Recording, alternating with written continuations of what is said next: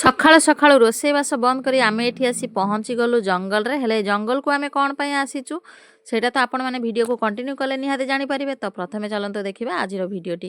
ତ ନମସ୍କାର ସାଙ୍ଗମାନେ, ଜୟ ଜଗନ୍ନାଥ। କେମିତି ଅଛନ୍ତି ଆପଣମାନେ? ତ ମୁଁ ଏଠି ସକାଳୁ ସବୁ କାମ ସାରି ସାରିଲା ପରେ ଏଠି ବସିଯାଇଛି ଖାଇବା ପାଇଁ। ଏମିତି ଥଣ୍ଡା ଥଣ୍ଡା ପାଗରେ କଅଁଳିଆ ଖରା ଭିତରେ ଗରମ ଗରମ ମ୍ୟାଗି ଖାଇବାର ମଜା କିଛି ଅଲଗା। ଆଉ ଛୋଟ ଛୁଆଙ୍କ ଭଳି ମ୍ୟାଗି ଖାଇବାକୁ କାହାକୁ କାହାକୁ ଭଲ ଲାଗେ ନିହାତି କହିବେ। ମୋତେ ତ ବହୁତ ବଢ଼ିଆ ଲାଗେ। ତ ଖାଇବା ପିଇବା ତ ଏଠି ସରିଗଲା।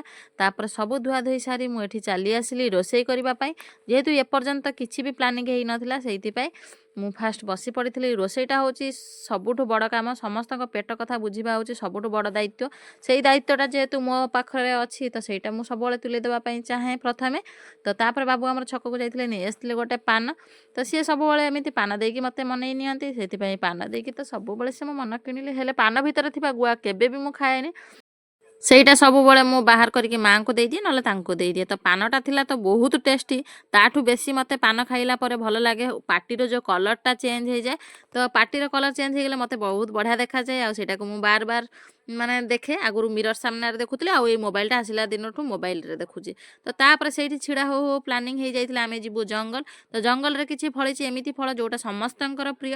ମୁଁ ତ ଶୁଣିକି ପୁରା ହେଇଯାଇଥିଲି ଖୁସି। ତ ସେଥିପାଇଁ ବାହାରି ପଡ଼ିଲୁ ଏଠି ଜଙ୍ଗଲ। କିନ୍ତୁ ମୁଁ ଜାଣିନଥିଲି ଜଙ୍ଗଲରୁ ଆସିଲା ପରେ ମୋ ଉପରେ ହେବ ବହୁତ ସାରା ଗାଳି। ତ ସେ ଗାଳି ତ ପରେ ଶୁଣିବା। ତ ପ୍ରଥମେ ଆମେ ଯାଇ ପହଞ୍ଚି ଯାଇଥିଲୁ ଜଙ୍ଗଲରେ।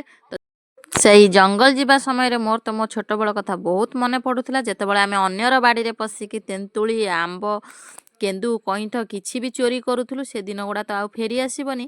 ତଥାପି ସେଇଭଳିଆ ସମୟ ଯଦି କିଛି ମିଳୁଛି ତାହେଲେ ନିହାତି ଉପଭୋଗ କରନ୍ତୁ। ଆଉ ଏଠି ସେଇଥିପାଇଁ ମୁଁ ଚାଲି ଆସିଛି କିଛି ମଜା କରିବା ପାଇଁ। ତ ଏଠି ସେମାନେ 2 ଜଣ କମ୍ପିଟିସନ୍ ଲଗେଇକି ଗୋଟେ ପରେ ଗୋଟେ କଇଁଥ ପାରି ଦେଇଥିଲେ। ଆଉ ସେଗୁଡ଼ା ଗୋଟେ ଗାଟେ ଆମେ ଘରକୁ ଫେରିଥିଲୁ। ଘରେ ଆସି ପହଞ୍ଚି ସାରିଲା ପରେ ମୋତେ ହେଇଥିଲା ବହୁତ ସାରା ଗାଳି। କାହିଁକି ନା ରୋଷେଇବାସ ଛାଡ଼ି ମୁଁ ଜଙ୍ଗଲକୁ କାହିଁକି ଯାଇଥିଲି। ଆଉ ଯଦି ଜଙ୍ଗଲକୁ ଯାଇଥିଲି ସେଇ ଲୁଗାରେ ମୁଁ ଆଉ ରୋଷେଇ କରିପାରିବିନି। ହାଣ୍ଡିଶାଳ ହେଇଯାଇଥିଲା ମୋ ପାଇଁ ପୁରା ନିଷେଧ। ସେଥିପାଇଁ ମୁଁ ପୁଣି ଥରେ ଶାଢ଼ୀ ପଟା ଚେଞ୍ଜ କରି ଗୋଡ଼ ହାତ ଧୋଇକି ରୋଷେଇ କରିବା ପାଇଁ ଆସିଥିଲି। ତ ଏଠି ଗୋଟେ ପରେ ଗୋଟେ ମୋର ରୋଷେଇ ସାରି ଦେଇଥିଲି। ତ ରୋଷେଇ ସାରିବା ପରେ ସବୁ ଗୁଡ଼ାକ ନେଇ ଘରେ ପହଞ୍ଚିଥିଲି। ଘରେ ପହଞ୍ଚି ସାରିବା ପରେ ସକାଳୁ ଧୁଆ ଯାଇଥିଲା ବହୁତ ସାରା କପଡ଼ା, ଯେଉଁଗୁଡ଼ାକ ମୁଁ ଶୁଖେଇ ନାହିଁ ଏଯାଏ। କାହିଁକିନା ସେପଟେ ତ ମୁଁ ଯାଇଥିଲି ଜଙ୍ଗଲ, ଆଉ ମୋ କାମ ଗୁଡ଼ା ଏଠି କିଏ କରିବ, ସେଥିପାଇଁ ସେଗୁଡ଼ା ପଡ଼ି ରହିଥିଲା। ତାପରେ ଚାଲି ଆସିଥିଲି ଏଠି ସବୁ ଶୁଖେଇବା ପାଇଁ। ତ ଏଠି ଶୁଖେଇ ସାରିବା ପରେ ଆସିକି ପହଞ୍ଚି ଯାଇଥିଲା ମୋ ପୁଅ। ତ ତାର କାମ ସବୁ ମୁଁ ସାରି ଦେଇଥିଲି। ଆଉ ସକାଳୁ ସକାଳୁ ବହୁତ ସାରା ତେଲ ଲଗେଇକି ମୁଣ୍ଡରେ ପୁରା ଚମ୍ପୁ ହେଇ ବୁଲୁଥିଲି। ସେଥିପାଇଁ ମୁଣ୍ଡଟା ଧୋଇଦେଲି ପୁଅକୁ ଗାଧୋଇବା ସମୟରେ। ତ ଆଜିର ଭିଡ଼ିଓଟା କିଛି ଥିଲା ମୋର ଏମିତି। ଯଦି ଭଲ ଲାଗିଛି ଲାଇକ୍ ଗୋଟେ ନିହାତି କରିଦେବେ।